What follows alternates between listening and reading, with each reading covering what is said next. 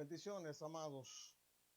Gracias por estar con nosotros nuevamente. Queremos pedir que nos disculpe por algunas pequeñas fallas que estamos teniendo, pero queremos que con la ayuda del Señor pues tener la bendición de su bendita palabra en este día.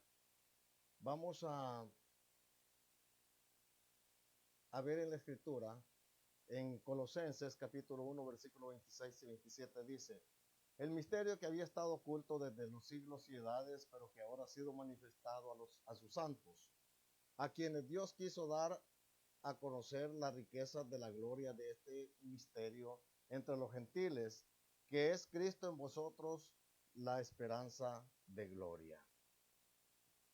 Padre, yo te doy gracias por tu amor, por tu gracia, por tu misericordia, pidiendo, Dios, que sea tu Santo Espíritu, Señor, tomando el control, la dirección, Padre, de este tiempo, que tú nos hables, que tú nos enseñes, que tú nos redarguyas, que tú nos corrijas, en el nombre poderoso de Jesús de Nazaret. Señor, te damos gracias, Señor, en el nombre de Jesús, Padre, gracias te damos, Rey.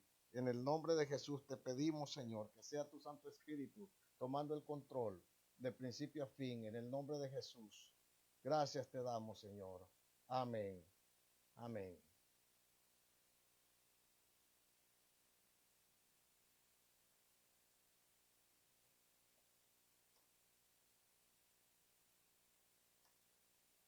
Quiero compartir el tema de esta mañana: Cristo en vosotros, la esperanza de gloria. Como dice el texto que acabamos de ver, que es un misterio. Ahora, un misterio es algo que nosotros no conocemos, solamente Dios, en la mente de Dios está el realmente saber qué es lo que Él planea, qué es lo que Él tiene en su mente y en su corazón para el ser humano. El versículo 26 que acabamos de leer dice: el misterio que había estado oculto desde los siglos y edades, pero que ahora ha sido manifestado a sus santos. Ha estado oculto por siglos y edades, y que ahora se ha dado a conocer a nosotros. Imagínense qué bendición la que nosotros tenemos, que en este tiempo, en esta época, en esta era, Dios haya revelado, haya corrido el velo para que nosotros entendiésemos cuál es el plan y el propósito de Dios para con nuestras vidas. Qué grande es la gracia, el amor y la misericordia de Dios para con nosotros, que a Él le plació que en este tiempo usted y yo podamos ser los depositarios de este misterio. En Efesios 3, del versículo 3 al 5, dice que por revelación me fue declarado el misterio, como antes lo he escrito brevemente, leyendo lo cual podéis entender cuál sea mi conocimiento en el misterio de Cristo. Misterio que en otras generaciones no se dio a conocer a los hijos de los hombres, como ahora es revelado a sus santos apóstoles y profetas por el Espíritu. Dice el apóstol Pedro que este misterio los profetas indagaron qué tiempo, qué ocasión indicaba el Espíritu Santo de la venida de Jesucristo a la tierra. Ellos profetizaron, quizás tuvieron visión, quizás tuvieron la revelación de Dios, pero no era para ellos, era para las generaciones futuras en las cuales nosotros ahora nos encontramos y somos bendecidos porque nosotros ahora ya no estamos bajo el marco de la ley, sino que estamos bajo el marco de la gracia. Estamos bajo un nuevo pacto que Dios ha establecido a través de la persona y del sacrificio de Cristo hecho en la cruz del Calvario.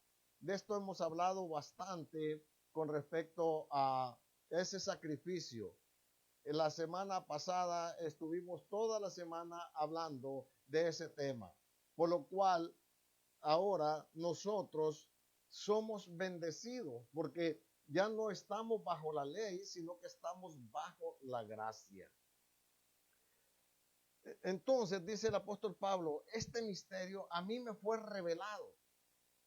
Dios, a él le plació escoger al apóstol Pablo y llevarlo a un tiempo de revelación, del conocimiento. Acuérdese que Pablo es un contemporáneo del resto de los discípulos, de los apóstoles, solo que él no estuvo con los 12.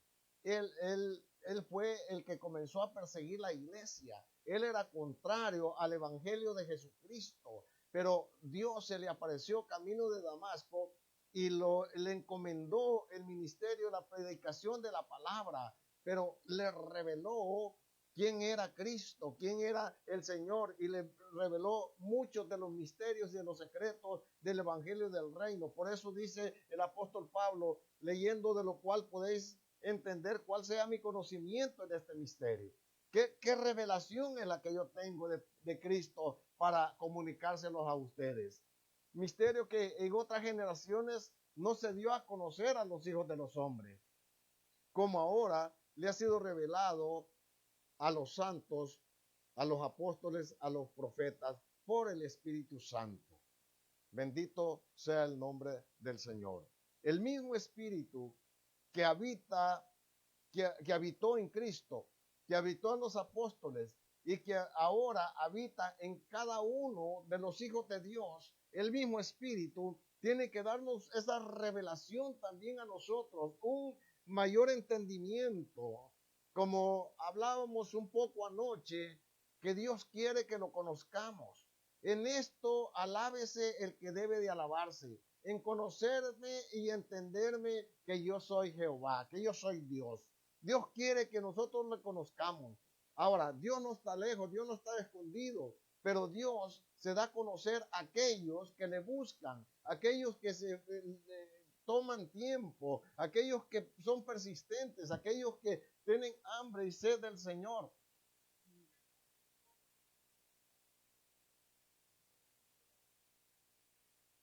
Entonces vemos que Dios está revelándose a sus hijos, pero es aquellos que le buscan de a de veras, es aquellos que realmente tienen hambre y sed del Señor, tienen hambre y sed de su palabra. Dios quiere darse a conocer a tu vida, pero tú tienes que poner una parte para ese proceso.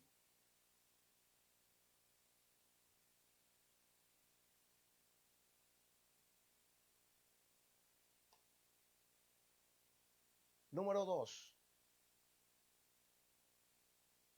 El Padre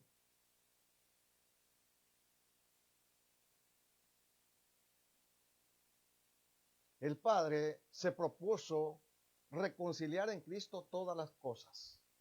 Colosenses capítulo 1, versículo 19 al 21 dice, por cuanto agradó al Padre que en él habitase toda plenitud, por medio de reconciliar consigo todas las cosas, así los que están en la tierra como los que están en los cielos, haciendo la paz mediante la sangre de su cruz. Y vosotros también, que erais en otro tiempo extraños y enemigos en vuestra mente, haciendo malas obras, ahora os ha reconciliado. Vemos que el sacrificio de Cristo, como lo hemos dicho muchas veces, no es algo al azar. No es que Cristo apareció en la tierra, no es que Cristo haya venido y haya sido un mártir, que voluntariamente él quiso morir, bueno, para que de pronto el hombre se salve. No, no, no, no. Es un plan establecido por Dios desde la eternidad, que como dice el apóstol Pablo en Gálatas, pero cuando vino el cumplimiento de los tiempos, Dios enviando a su Hijo, nacido de mujer y nacido bajo la ley, para redimir los que estaban bajo la maldición de la ley. Entonces, vemos que Dios desde la eternidad tiene un plan de reconciliar al ser humano, al hombre, consigo mismo, pero como el hombre es incapaz de poder hacerlo, llevarlo a cabo. No hay forma, a menos que Dios lo haga por nosotros y nosotros aceptemos ese sacrificio. No hay forma que el ser humano lo pueda lograr. El mundo tiene religiones, el mundo crea dioses, el mundo busca la manera de agradar a Dios. Pero déjeme decirle con todo respeto que solo hay una forma de agradar a Dios y es por medio de su Hijo Jesucristo. Es por medio de ese sacrificio perfecto hecho en la cruz del Calvario. El Señor lo dijo de distintas maneras. Yo soy el camino, yo soy la verdad y yo soy la vida. Y nadie viene al Padre si no es por mí. Es a través de Jesucristo. El apóstol Pablo, escribiéndole a Timoteo, le dice, porque no hay otro mediador entre Dios y los hombres, sino Jesucristo hombre. Él es nuestro abogado, Él es nuestro redentor, Él es nuestro salvador. Y Dios quiso que en Él habitase toda la plenitud de la deidad. Como dice aquí también en Colosenses, que todas las cosas fueron creadas por Él, por medio de Él, para Él y para la gloria de su nombre. Todo, y cuando Cristo murió y resucitó, que le da la gran comisión a sus discípulos, Él dice, toda potestad me ha sido dada en los cielos y en la tierra, por tanto vayan y hagan discípulos. Entonces el Señor recibe toda la autoridad, toda la potestad en el cielo, en la tierra y debajo de la tierra. Entonces dice, porque al Padre agradó que en Él habitase la plenitud de la deidad, la Trinidad completa se concentra en Jesucristo. Y esta es la vida eterna, dijo Jesús, que te conozcan a ti, oh Dios, y a su Hijo Jesucristo, a quien tú has enviado. Entonces, por medio de Cristo, nosotros tenemos la revelación de nuestra redención, de nuestra salvación, de esa reconciliación que ha sido hecha por Cristo por medio de su sacrificio y por la predicación del Evangelio. El Evangelio no es otra cosa que las buenas noticias, las buenas nuevas. Es el dar a conocer que Dios ha querido por medio de Cristo reconciliarnos, perdonando nuestros pecados, salvando nuestras almas de una condenación eterna. Por lo tanto, amados hermanos, creemos que es Dios el que tiene el control de todas las cosas. Dice, pero que ahora ha sido dado a conocer a vosotros, que ahora ustedes son los que tienen el depósito en ustedes mismos. Por eso dice que la Escritura, que Cristo en vosotros es la esperanza de gloria, es la manifestación de Dios dentro de nosotros. Amén. Gloria a Dios. Vemos entonces que Dios habitaba en medio de su pueblo. Allá en el Antiguo Testamento vemos que Dios manda a distintos hombres. En el caso de Noé le manda a hacer un arca, es donde él y su familia se iban a salvar del juicio que vendría, que era por medio del diluvio. Entonces, vemos que esa arca era el medio de salvación y era donde Dios estaba con ellos. Durante ese año que Noé permaneció en el arca con los animales, sobrenaturalmente tuvo la provisión, el cuidado y poder soportar en ese encierro por un año. No hay duda alguna que Dios estaba ahí con ellos, porque fue el medio que Dios estableció en ese momento para la salvación de esa generación, de ese pueblo. Desafortunadamente, solo Noé con sus hijos y sus esposas se salvaron, porque el resto no creyó. no escuchó la voz de Dios, no quiso entender, no quiso creer que Dios iba a mandar un juicio. Más adelante, cuando se establece el pueblo de Israel, Dios manda a Moisés a formar un tabernáculo. Y ese tabernáculo estaba en medio del campamento de Israel. Estaba rodeado por las 12 tribus, tres tribus al oriente, 3 al norte, 3 al sur y 3 al poniente. Y el campamento en medio. ¿Qué significa eso? Que Dios siempre ha querido habitar en medio de su pueblo. Dios siempre ha querido estar con sus hijos. Por eso es que Dios también nos dejó el recurso de la oración, que es el medio que nosotros utilizamos para acercarnos a Dios.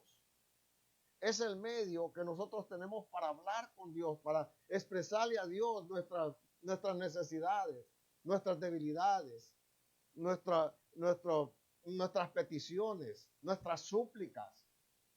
Y a través de su palabra, Dios puede hablarnos, puede ministrarnos, puede darnos una respuesta a esas peticiones que nosotros le hacemos cada día que nos acercamos a Él. Entonces, nosotros le hablamos a Dios por medio de la oración y Dios nos habla a nosotros por medio de la palabra.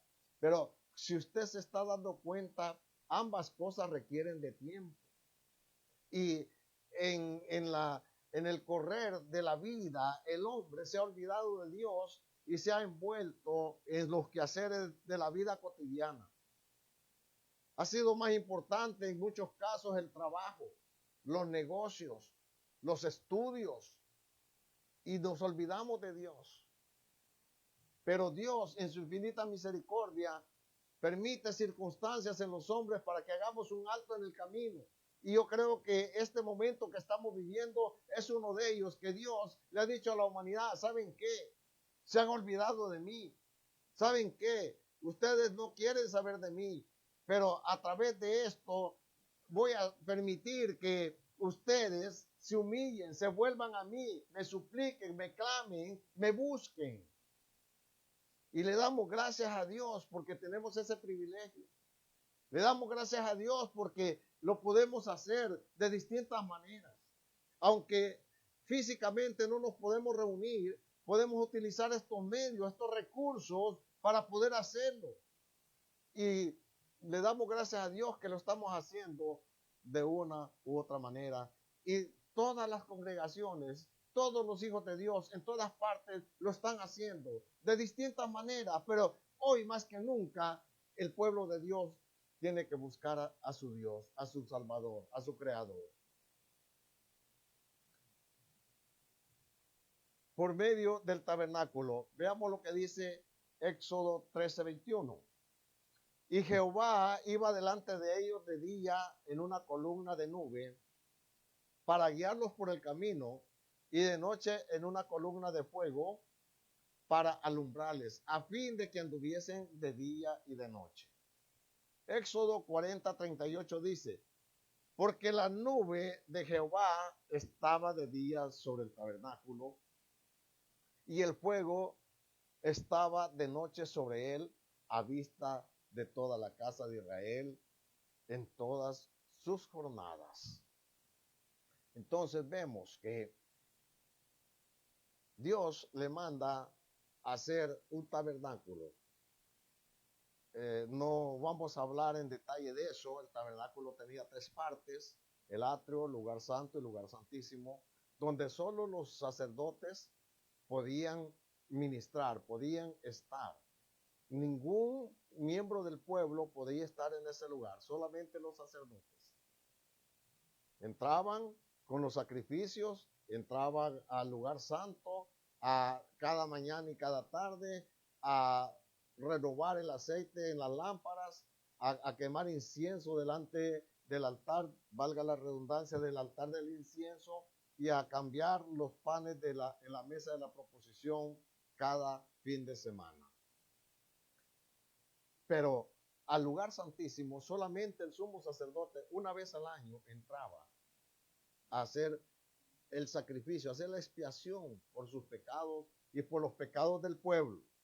De tal manera que a ese lugar solo podían accesar los que eran de la línea sacerdotal de Aarón. De tal manera que nadie más conocía ese lugar, solo los sacerdotes. Ahora, pero sobre ese tabernáculo se posaba una nube por el día y una columna de fuego por la noche. De todas, era notorio y era visto en todo el campamento de Israel. Todo mundo podía ver esa nube sobre el tabernáculo y todo mundo podía ver esa columna de fuego sobre el mismo. Yo me imagino que aquello era algo hermoso, algo maravilloso, algo glorioso. Y todo mundo sabía que era la presencia de Dios. Todo mundo sabía que Dios estaba ahí con su pueblo. De tal manera que nadie se atrevía a acercarse a ellos. Los pueblos de alrededor no se atrevían a atacarlos, no se atrevían a hacer nada contra ellos porque Dios estaba con ellos. Y ha de haber sido algo hermoso. Pero, ¿sabe qué? Eso hermoso estaba afuera, era externo. Aunque los niños crecieron viendo eso, aunque los niños, quizás muchos que nacieron en el desierto, no conocieron otra cosa más que eso. Eso no transformó su corazón. Y si usted lee el libro de los Números, va a encontrar una cantidad de rebeliones del pueblo en contra de Dios y en contra de su siervo Moisés y Aarón. ¿Qué significa eso? Que estaba la presencia de Dios, que estaba la gloria de Dios, que estaba la nube, que estaba la columna de fuego, pero eso no transformaba el corazón. Eso no transformaba la vida. El hombre seguía con sus mismos deseos, con sus mismos apetitos, con sus mismos... Y vez tras vez se quejan, qué fastidio con esta comida. No tenemos agua. Mejor no hubiéramos muerto allá en Egipto. ¿Para qué nos sacaste a este desierto para matarnos a nosotros, a nuestros hijos? Y vez tras vez la queja, la queja, la queja, porque esa nube de gloria no transformaba el corazón. Estaba ahí, estaba presente. Era visible físicamente. Lo vieron jóvenes, adultos, hombres, mujeres, lo vio todo el mundo. Pero nada de eso cambió su corazón. Solo aquellos que se atrevieron a creer, como Josué y Caleb, que creyeron, porque dice la Escritura que había otro espíritu en ellos. Ellos tenían el Espíritu de Dios, por lo tanto, eso los hizo diferentes. Ahora, lo bueno de esto es que ese Espíritu Santo ahora habita en nosotros. Ahora no está externamente, porque esa columna de fuego y esa nube eran tipo del Espíritu Santo. Eran tipo de la presencia de Dios por medio de su Santo Espíritu. Como vemos allá en el día de Pentecostés, que el Espíritu Santo se derramó sobre aquellos 120 que estaban orando, como dice, como llamas de fuego sobre sus cabezas, como un viento recio. Entonces el Espíritu Santo se manifestó como un fuego, que era tipo de la columna que estaba allá en el campamento. De tal manera, hermanos, que el apóstol Pablo nos habla de que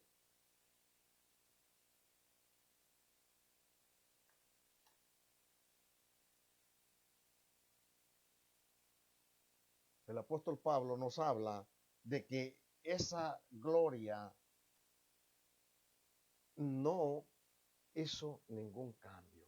Dice que si ese pacto que fue maravilloso, que fue glorioso, fue con gloria, Entonces, ¿cuánto mayor gloria será el nuevo pacto en el Espíritu Santo? Ahora, el profeta Jeremías nos habla de que Dios hizo un nuevo pacto con su pueblo. Veamos lo que dice en Jeremías capítulo 31, versículo 31 al 33. He aquí vienen días, dice Jehová, en los cuales haré nuevo pacto con la casa de Israel y con la casa de Judá. No como el pacto que hice con sus padres el día que los tomé su mano para sacarlos de la tierra de Egipto. Porque ellos invalidaron mi pacto, aunque fui yo un marido para ellos, dice Jehová. Pero este es el pacto que haré con la casa de Israel después de aquellos días, dice Jehová. Daré mi ley en su mente y la escribiré en su corazón. Y yo seré a ellos por Dios y ellos me serán por pueblo. Vienen días en que haré un nuevo pacto. Un pacto que ya no va a ser externo, como lo fue el pacto de Dios con Noé, como lo fue con Abraham, como lo fue con Israel, como lo fue con Moisés, como lo fue con David. Dios hizo pacto con todos estos personajes y con su pueblo de Israel, pero era un pacto externo. Dios siempre estaba fuera de ellos, en medio de ellos, con ellos, pero fuera de ellos. Pero ahora Dios se propone hacer un nuevo pacto diferente al nuevo. Un nuevo pacto en donde Dios va a escribir en nuestra mente, en nuestros corazones, sus leyes. Y eso no es otra cosa que la obra del Espíritu Santo en nosotros. Porque ellos invalidaron mi pacto. Ellos se olvidaron de mí. Aunque yo estuve siempre con ellos, ellos se olvidaron de mí. Ellos se apartaron de mí.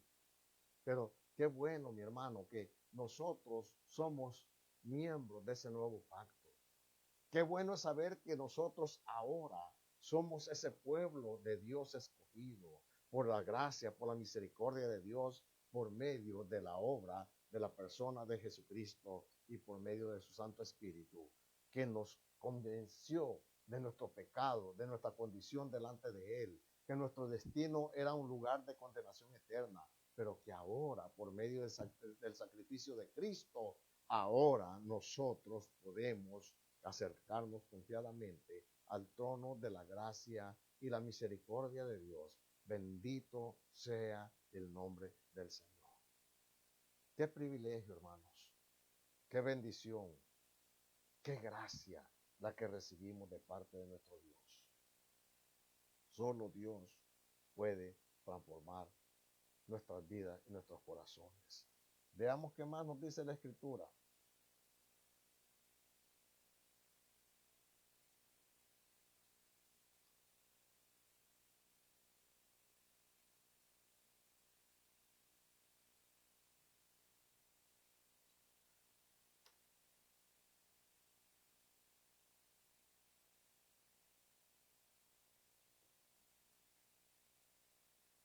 Vemos entonces, hermanos, que el nuevo pacto ha sido hecho en Cristo. Veamos lo que nos dice ahora en 1 Corintios capítulo 11, versículo 23 hasta el versículo 25. Porque yo recibí del Señor lo que también os he enseñado, que el Señor Jesús la noche que fue entregado tomó pan, y habiendo dado gracias lo partió y dijo, tomad, comed, este es mi cuerpo que por vosotros es partido. Haced esto en memoria de mí. Asimismo, tomó también la copa después de haber cenado, diciendo, esta copa es el nuevo pacto en mi sangre. Haced esto todas las veces que la bebiereis en memoria de mí. vemos que el nuevo pacto se materializa en Cristo, en ese sacrificio, como ya dijimos, en esa, en esa muerte expiatoria, en esa muerte vicaria, esa muerte sustitutoria de nosotros. La paga del pecado es muerte, mas la dádiva de Dios es vida eterna en Cristo Jesús. Es a través de Cristo que nosotros tenemos la reconciliación, el perdón de pecado, la justificación, la santificación. Romanos 5:1 dice, justificados pues por la fe, tenemos paz para con Dios por medio de nuestro Señor Jesucristo. Él es el nuevo pacto, es su sangre. Y el apóstol Pablo dice, esto es lo que yo recibí del Señor y lo que también les he enseñado, que el Señor Jesús la noche que fue entregado, tomó pan y habiendo dado gracias lo partió y dijo, este es mi cuerpo que por vosotros es partido. Y después tomó la copa y dijo, esta copa es el nuevo pacto en mi sangre. Así que todas las veces que la bebieres, la muerte del Señor anunciáis hasta que Él venga. Entonces, en Cristo, nosotros ahora tenemos un nuevo pacto. Y es esa sangre preciosa derramada, es número uno, la que nos compró. Por eso dice el apóstol Pedro que no fuimos rescatados por medio de cosas preciosas como el oro, como la plata, como las piedras preciosas, sino que con la sangre preciosa de Cristo derramada como un cordero ya destinado desde antes de la fundación del mundo para la salvación de nuestras almas. Número uno, la sangre de Cristo nos redime, nos compra de nuevo para Dios. Es el nuevo pacto en su sangre, nuevo pacto establecido y anunciado por Dios, por el profeta Jeremías. Esa sangre es la que borra nuestros pecados, porque con esa sangre Cristo entró al lugar santísimo a expiar nuestros pecados, no en un tabernáculo hecho de manos, un tabernáculo terrenal, sino en la misma presencia de la gloria de Dios el Padre en los cielos, al verdadero tabernáculo entró no con la sangre de machos cabríos ni de animales, sino que con su propia sangre a expiar nuestros pecados, para que todo aquel que en él crea no se pierda, mas tenga vida eterna. Porque lo que nos separa de Dios es el pecado. El pecado nos separa de Dios. El pecado es lo que va a llevar al hombre a la condenación eterna. Pero no es porque no haya provisión. No es porque Dios quiera que el hombre vaya a ese lugar de tormento. Dios claramente lo establece en toda la escritura, porque de tal manera amó Dios al mundo que dio a su Hijo unigénito para que todo aquel que en él crea no se pierda, mas tenga vida eterna. Porque no envió Dios a su Hijo al mundo para condenar al mundo, sino para que el mundo sea salvo por él. El que en él cree no es condenado, pero el que no cree ya ha sido condenado porque no ha creído en el unigénito Hijo de Dios. Dios no retarda su promesa como algunos la tienen por tardanza, sino que es paciente para con todos, no queriendo que ninguno perezca, sino que todos procedan al arrepentimiento. Dios ya hizo todo para que el ser humano se salve, para que el ser humano se reconcilie con Dios, para que el ser humano se vuelva a su Dios, a su creador, para que el ser humano no vaya a ese lugar de tormento, creado para el diablo y sus ángeles, como dijo Jesucristo. Entonces, tenemos el antídoto. Así como se está buscando el antídoto para este COVID-19, Dios proveyó el antídoto para el pecado. Y el antídoto es la sangre de Cristo derramada en la cruz del Calvario. Pero tenemos que aplicarla cuando nosotros aceptamos ese sacrificio de Cristo hecho por nosotros en la cruz del Calvario. Cuando nosotros lo confesamos con nuestra boca, cuando nosotros lo creemos en nuestro corazón, entonces recibimos el antídoto por el pecado. Nuestros pecados no son perdonados, no son borrados, no son quitados. Nosotros somos hechos hijos de Dios, nuestros nombres son inscritos en el libro de la vida, nos convertimos en reyes y sacerdotes, nos convertimos en embajadores de Cristo, somos reconciliados con Dios por medio de Cristo. Todos esos beneficios, aparte de que Dios ha puesto en nosotros a Cristo dentro de nuestros corazones, como dice el apóstol Pablo, esa es la esperanza de gloria. Cristo en nosotros, la esperanza de gloria. Bendito sea el nombre del Señor. Mis amados, tenemos un gran Dios.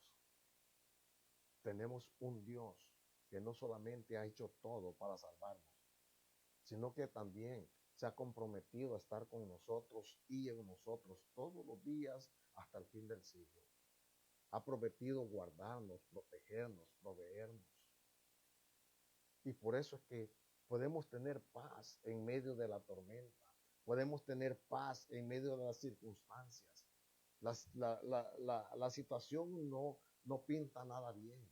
La situación no se ve que haya una clara salida e inmediata.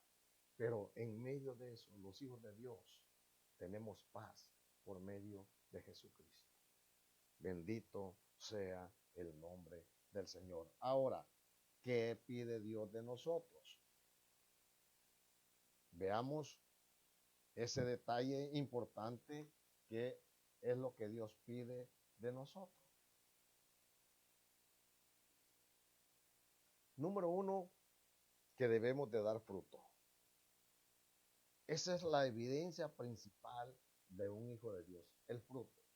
¿Y qué fruto? Bueno, hay muchas, vamos a hablar un poquito de esto. Colosenses capítulo 1, versículo 3 al 12, leemos como sigue. Siempre orando por vosotros, damos gracias a Dios, Padre de nuestro Señor Jesucristo, habiendo oído de vuestra fe en Cristo Jesús y del amor que tenéis para con todos los santos, a causa de la esperanza que está guardada en los cielos, de la cual ya habéis oído por la palabra verdadera del Evangelio,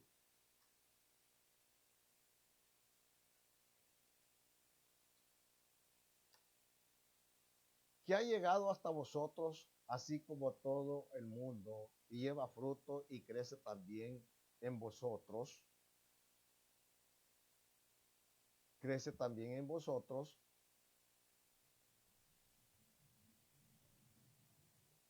como habéis aprendido de Epafras, nuestro consiervo amado, que es fiel ministro para vosotros, quien también nos ha declarado vuestro amor en el Espíritu. Vemos que el apóstol Pablo está dándole gracias a Dios por la fe de los tesalonicenses. Vemos que lo que dice, por lo cual también nosotros desde el día que lo oímos no cesamos de orar por vosotros y de pedir que sean llenos del conocimiento de su voluntad en toda sabiduría e inteligencia espiritual, para que andéis como es digno del Señor, agradándole en todo, llevando fruto en toda buena obra y creciendo en el conocimiento de Dios, fortalecidos con todo poder, conforme a la potencia de su gloria, para toda paciencia y longanimidad, con gozo, dando gracias al Padre que nos hizo aptos para participar de la herencia de los santos en luz. Aquí en esta misma porción el apóstol Pablo dice que Él nos trasladó de las tinieblas a su reino de luz. Pero aquí el apóstol Pablo nos está diciendo qué tipo de fruto debemos de llevar. Por lo cual también nosotros desde el día que lo oímos no cesamos de orar por vosotros y de pedir que sean llenos del conocimiento de su voluntad en toda sabiduría e inteligencia espiritual.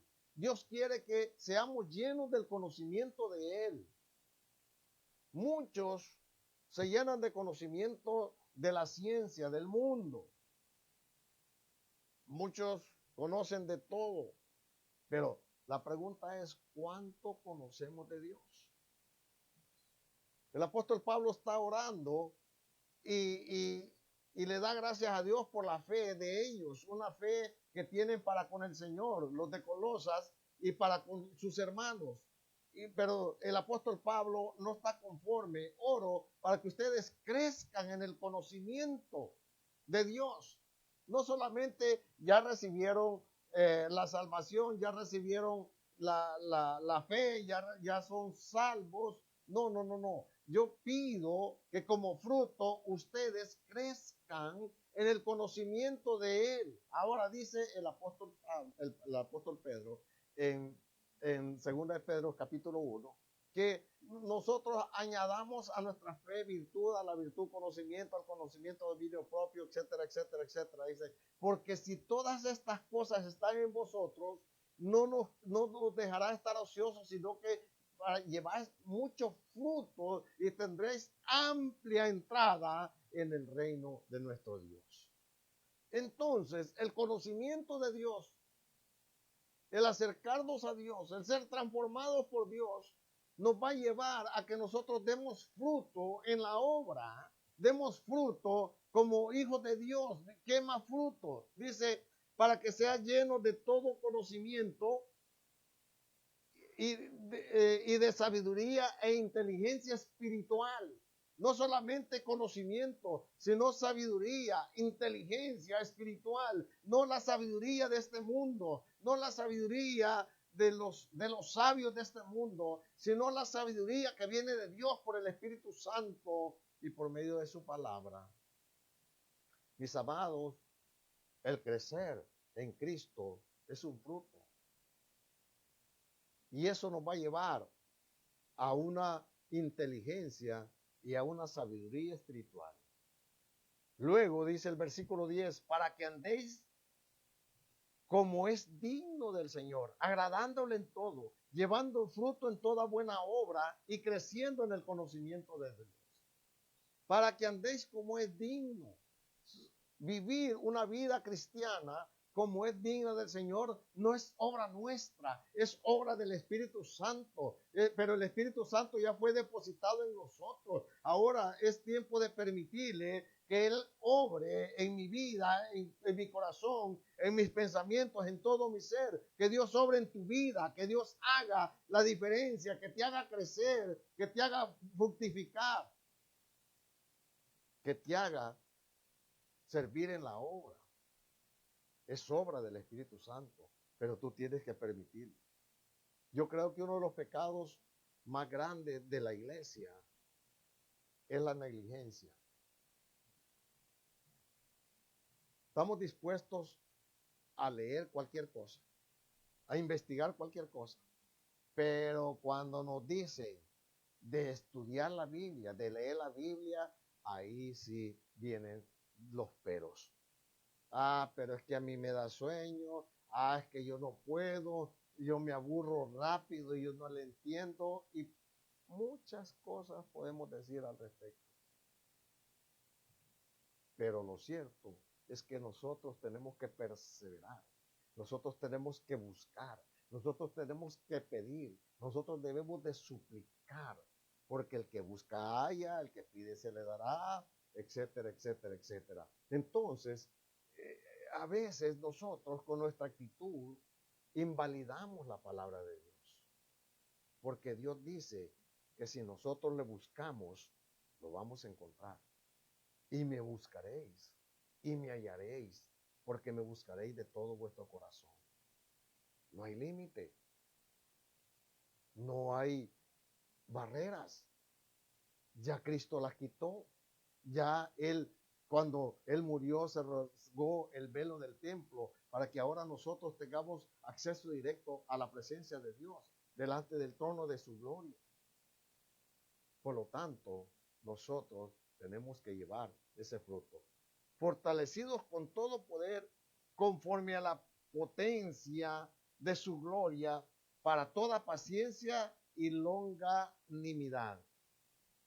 Para para que seamos amplios, para que tengamos paciencia. Dice que por la paciencia los antiguos alcanzaron las promesas. Los antiguos vieron lo que se les prometió y otros no lo vieron, pero esperaban cosas mejores de parte de Dios. Con gozo, dando gracias al Padre que nos hizo aptos para participar de la herencia de los santos en luz. Hay otro fruto, el fruto del Espíritu. Gálatas capítulo 5, versículo 22. Mas el fruto del Espíritu es amor, gozo, paz, fe, bondad, benignidad, templanza. Entonces, debemos de permitir con nuestra vida de comunión con Dios que el Espíritu Santo haga florecer en mí el fruto de su presencia en mi vida, el fruto de su presencia en tu vida, para tener amor, para tener gozo, para tener paz, para tener fe, para tener bondad, para tener dominio propio, etcétera, etcétera, etcétera. Es obra del Espíritu Santo. No son tus fuerzas, no es tu capacidad. Simplemente te tienes que rendir a Él. Simplemente te tienes que humillar delante de tu presencia. Simplemente tienes que ser diligente en buscarle, en perseverar, en continuar. Esta es la vida cristiana. No es una vida, no es una carrera de 100 metros planos, en donde el corredor pone todo su esfuerzo en los primeros minutos porque tiene que llegar a la meta y ganar. No, eso se compara más a una carrera de maratón, donde los competidores comienzan con un ritmo despacio, pero se mantienen, siguen caminando, siguen corriendo, siguen corriendo, siguen corriendo. Ellos saben que habrá un sprint final cerca de la meta, donde van a poner todo su esfuerzo para llegar y ser los ganadores. El apóstol Pablo comparó esto y dijo que corramos la carrera con paciencia, porque aquellos lo hacen por un galardón que perece, pero nosotros lo hacemos por un galardón eterno en la gloria y la presencia de nuestro Dios. ¿Qué más nos dice la Escritura? Veamos qué otras cosas podemos encontrar. Veamos el peligro de no dar fruto. Lucas capítulo 3, versículo 9. Ya también el hacha está puesta a la raíz de los árboles. Por tanto, todo árbol que no da buen fruto se corta y se echa en el fuego. Es un peligro no dar fruto para Dios. Palabras de Juan el Bautista, palabras del Señor. Ya también el hacha está puesta a la raíz de los árboles. Por tanto, todo árbol que no da buen fruto se corta y se echa en el fuego. ¿Qué más nos dice la Escritura?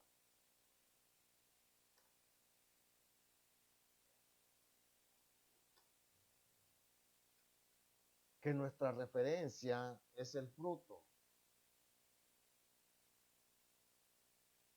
Mateo capítulo 7, versículo 16 al 20 dice, por sus frutos los conoceréis. ¿Acaso se recogen uvas de espinos o higos de abrojos? Así todo buen árbol da buenos frutos, pero el árbol malo da frutos malos. No puede el buen árbol dar malos frutos, ni el árbol malo dar frutos buenos. Y todo árbol que no da buen fruto es cortado y echado en el fuego. Así que por sus frutos los conoceréis.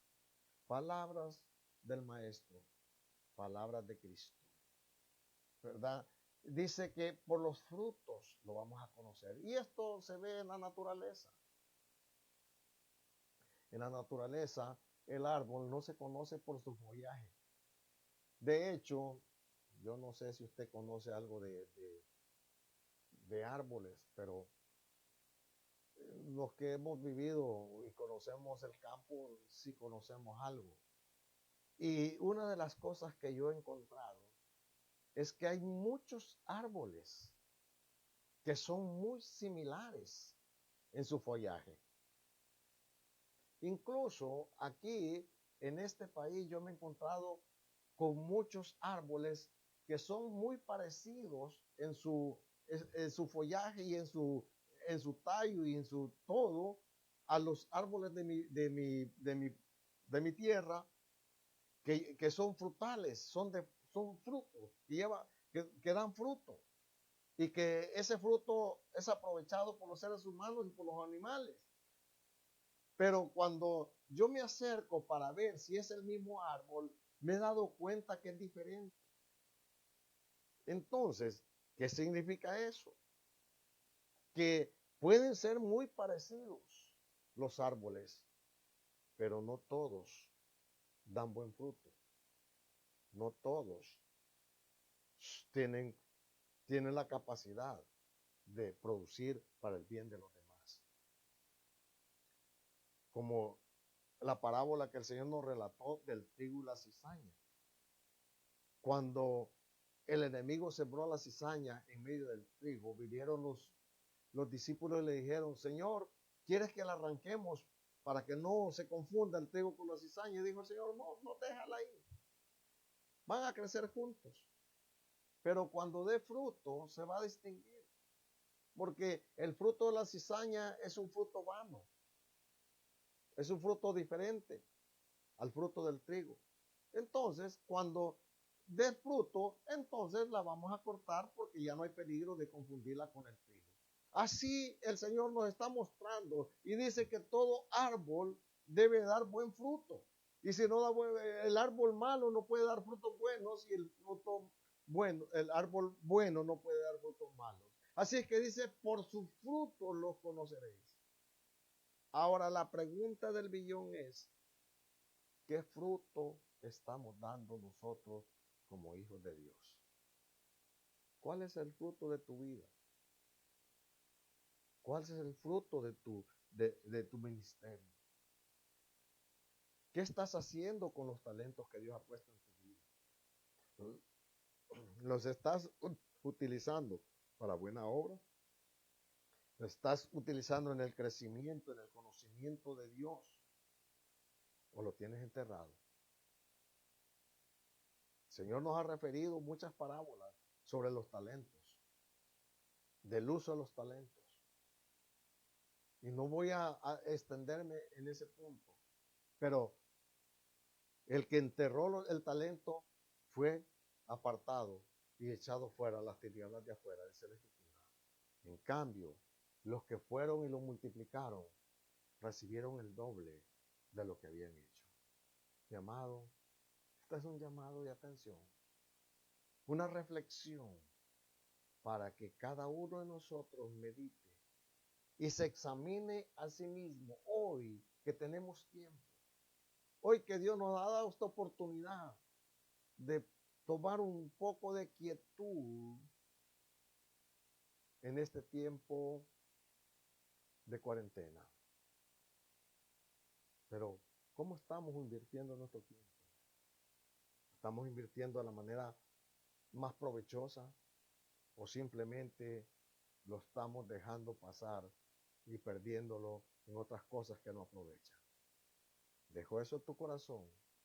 Dejo eso como un desafío para tu vida, para que a partir de hoy tú cambies tus prioridades y la perspectiva del Dios que te ha salvado. Cristo en vosotros, la esperanza de gloria. Ahora ya no está fuera. Hoy lo andamos llevando dentro. Y andamos llevando dentro la plenitud de la verdad. Porque Cristo mora en mi corazón. Padre, yo te doy gracias. Gracias por tu palabra. Gracias, Señor, por tu misericordia. Gracias por tu favor. Gracias por tus hijos que en esta hora nos acercamos a ti. Mi Dios, yo bendigo la vida de mis hermanos que nos están viendo o que nos van a ver en el futuro. Yo te ruego, Dios, que tu Santo Espíritu le pueda ministrar a su corazón, Señor, y que le haga entender su condición delante de ti. Señor, y si está dando fruto, gracias por su vida. Señor, pero que dé más fruto, que crezca en el conocimiento tuyo, que crezca, Señor, con toda sabiduría e inteligencia espiritual, que crezca en el fruto de tu Santo Espíritu. En el nombre poderoso de Jesús, yo les bendigo, Señor, de paz, de fe, de armonía en el hogar, en la familia, en el nombre de Jesús.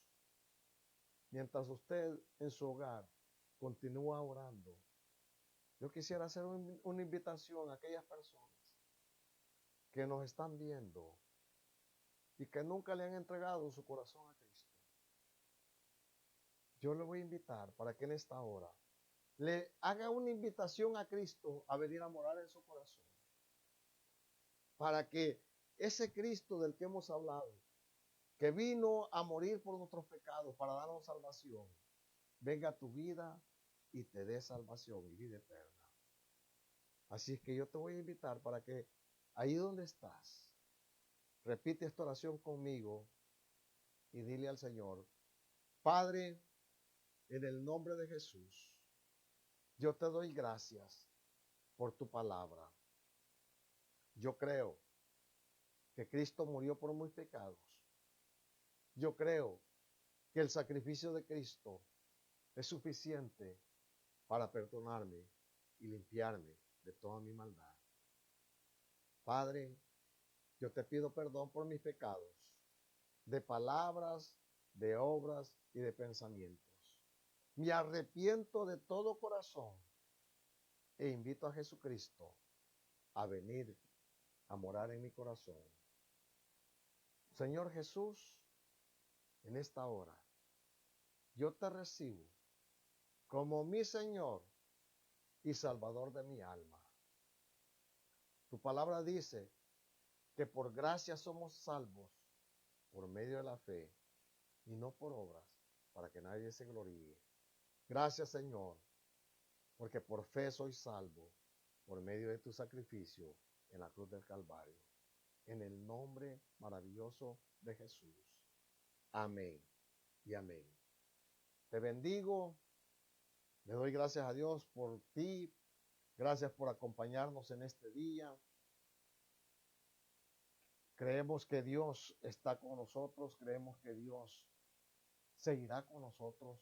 Que Él tiene el control de todo lo que está alrededor y que nunca nos dejará. Nunca nos desamparará. Recuérdate, todos los días a las 8 de la noche estamos orando.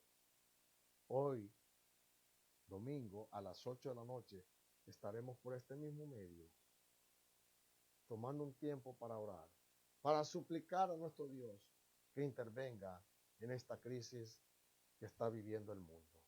Únete con nosotros. Y el día de mañana, lunes, martes y miércoles, 20, 21 y 22, vamos a estar tomando un tiempo de ayuno y oración.